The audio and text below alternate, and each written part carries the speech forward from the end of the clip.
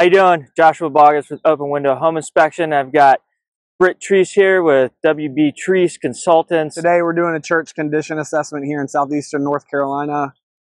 So Britt, what home inspection tactics, avenues do you use, as well as beyond the home inspection, do you use to do something like this for clients? I'd say coming out of home inspection, the main skill is looking into the details of a building and really knowing how to check appliances, how to check HVAC, get your hands on specific items in a home or in a building. And then here, what we always say in training is we zoom that out to a building level and try to write really big costs for these type of clients. What are the roof costs? What are the parking lot costs? What are the HVAC costs? On something like this, if it's deferred maintenance property, there might be a lot of interior costs as well. Awesome. Fantastic. Well, I definitely appreciate it. That's WBTreece with WBTreece Consultants. Joshua Boggess with Open Window. Take care. Thanks again.